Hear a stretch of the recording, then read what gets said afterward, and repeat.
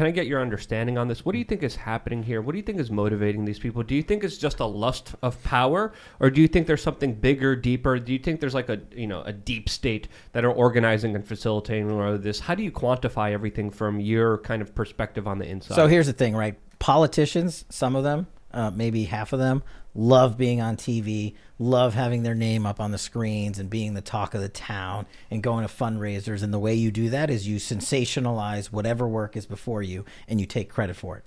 Main example, Adam Schiff. It's partly that, and it's partly what am I going to do next? They're always working for their next job, right? And Adam Schiff's hilarious. He wanted to be the senator that replaced Kamala Harris. That didn't happen. He wanted to be the state attorney general in California. That didn't happen. So now this guy's quickly being the Russiagate lead who is being run out of D.C. without a job. And oh, by the way, this guy's a congressman from Hollywood. He hasn't lived in Hollywood in a decade. He has a house in Maryland with his family. Maryland? Yep. Because he works in D.C., Because so... he can. Yep. He can break the law.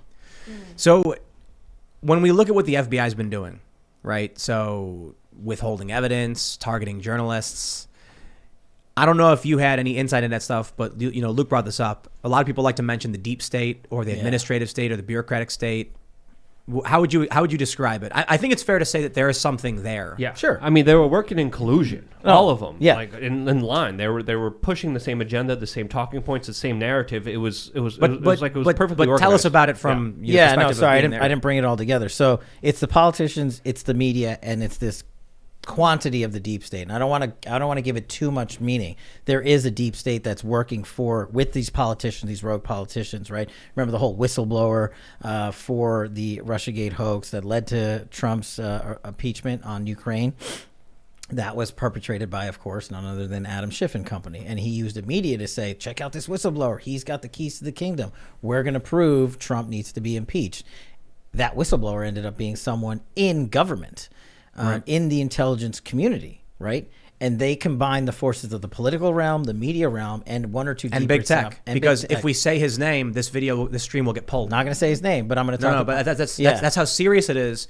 When they're like, "There's no deep state," whatever. I don't care what you call it. Mm-hmm. When there's a guy who colludes to get a sitting president impeached, and I can't say his name without YouTube taking the video down, maybe you need to put two and two together and think, "Wow, there are dirty, corrupt individuals working at big tech, media, and in politics." And here's a name we can say: Kevin Kleinsmith. For those that don't know it, right? I know we keep going back to Russiagate. Kevin Kleinsmith, an FBI attorney, speaking of deep state, took a document during the Trump Russiagate investigation that was presented to the FISC and changed it.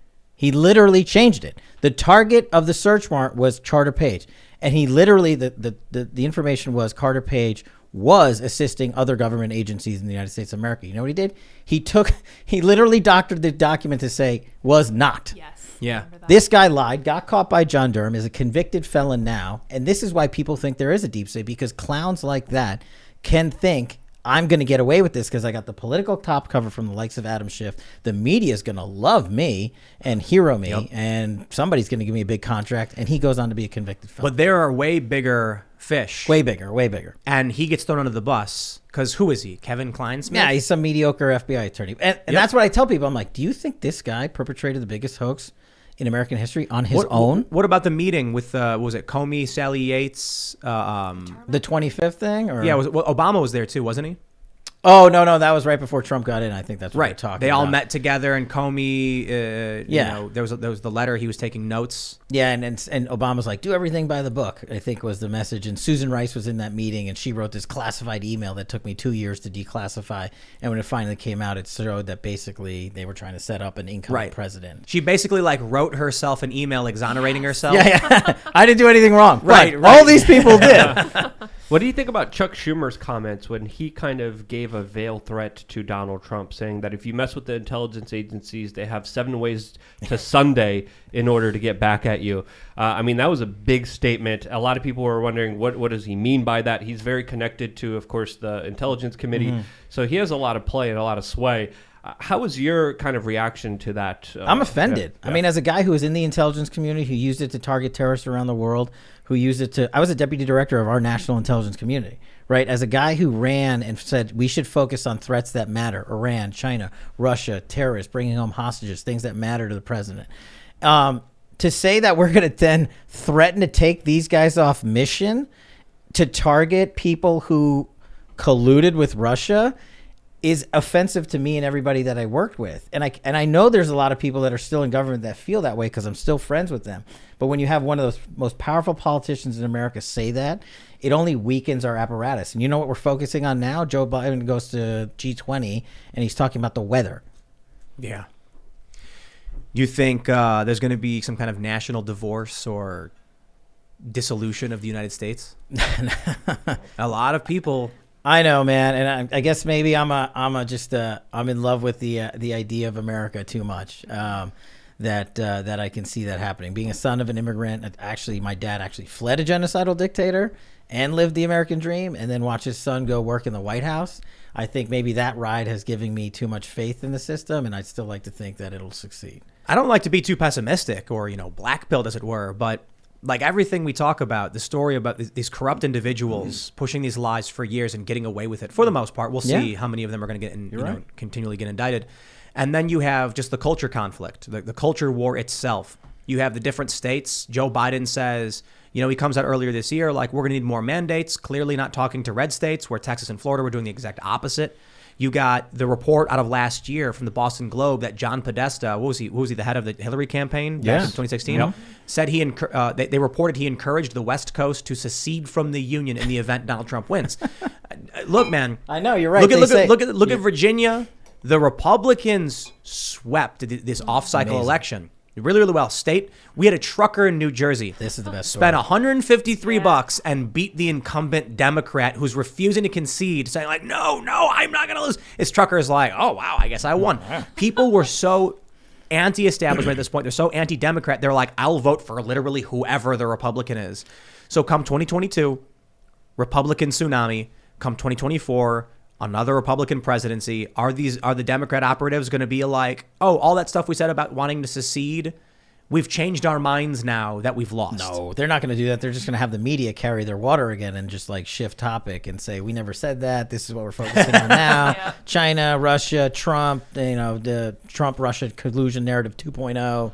And Christopher Steele's kid will probably be pumping in information now. And the Republican Party will sit on their hands and say, okay, yeah, do nothing. Look, our leadership, I agree with you, man. Our leadership, having worked in Congress, look, I went at it with Paul Ryan, when I was on the House Intel Committee. It took me 4 months to convince that guy to give me a subpoena so I could prove to the world that Hillary Clinton paid for the dossier. 4 months. And when I did, and I went back to him, and I didn't do it exactly I told you so, but I was like, how about the other subpoenas so I can get to work on behalf of the American public? But I think it's because people like Paul Ryan, the establishment Republicans, no different from the establishment Democrats. It's the uniparty. Totally. And I view it as Donald Trump was the insurgent candidate who stormed his way in, and he brought in some good people. He didn't fire enough of the bad people. That's it. Yeah. No, that's it. People ask me, how do you fix it the next go around? The bench. Personnel matters. And I think what President Trump did was he entrusted too much of the careers in government to be like, no, this is... John Bolton. Yeah. He was sitting down with Henry Kissinger before he even got into office. We could talk about Milley.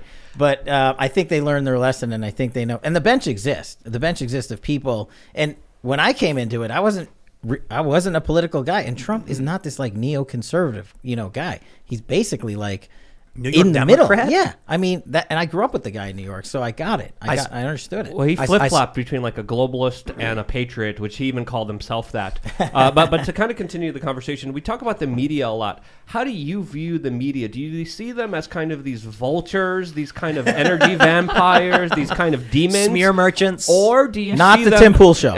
No, we're good. No. Or do you see them as agents that are controlled? Because there is some circumstantial evidence suggesting that the intelligence agencies do spin off the mainstream media, do write certain scripts, do insert stories and narratives that are centrally written and narrated for the mainstream media to follow. So how are the intelligence agencies working with the media? Because there's so much circumstantial evidence of that. Unfortunately, I'll go one step further. It's not circumstantial, it's direct. Look, we see and have seen in the last 5 years the leak of classified information to substantiate a false media narrative over and over again. That's a felony. Yep. Releasing classified. I'll give you a perfect example. Not Russiagate, Russia Bountygate, right? Mm-hmm. Okay. Oh, yeah. A year and a half or 2 years ago, it was said that this information was given out to, I don't know if it was Washington Post or wherever it was, but basically saying President Trump was aware that Putin was taking American money to have American soldiers killed. Yeah. I mean, just hit pause on that for a second. How offensive is that if you're serving in the U.S. military? We, at the time, I think I was Deputy Director of National Intelligence. I knew the intelligence. We didn't go out and leak the actual intelligence just to correct the record because, A, that's a felony and it's illegal. Fast forward a year, what happens under the Biden administration, the intelligence community comes out and says, oh, actually, we got that one wrong. Sorry. Yeah. And, of course, the people that wrote about it didn't change their tune. But that's a direct example of how the media perpetrates a fraud at the behest of their political overlords. Yeah. And then there's a lot of lies told by anonymous kind of government agents. And then every time I see, a government spokesperson or representative from the government, I'm like, I doubt that story officially. I mean, we had the Syrian gas attacks that were, again, put in a huge question. Thanks for checking out this segment from the Timcast IRL podcast. If you want to watch live, you can check out this channel Monday through Friday at 8 p.m. Now, don't forget to smash that like button, subscribe to this channel, and if you want more unfiltered and uncensored content with all of these guests, go to timcast.com and become a member. All of these guests you know and love in exclusive segments on our website where we are unrestricted in what we talk about, so you'll definitely not want to miss it. Thanks for hanging out. We'll see you all next time.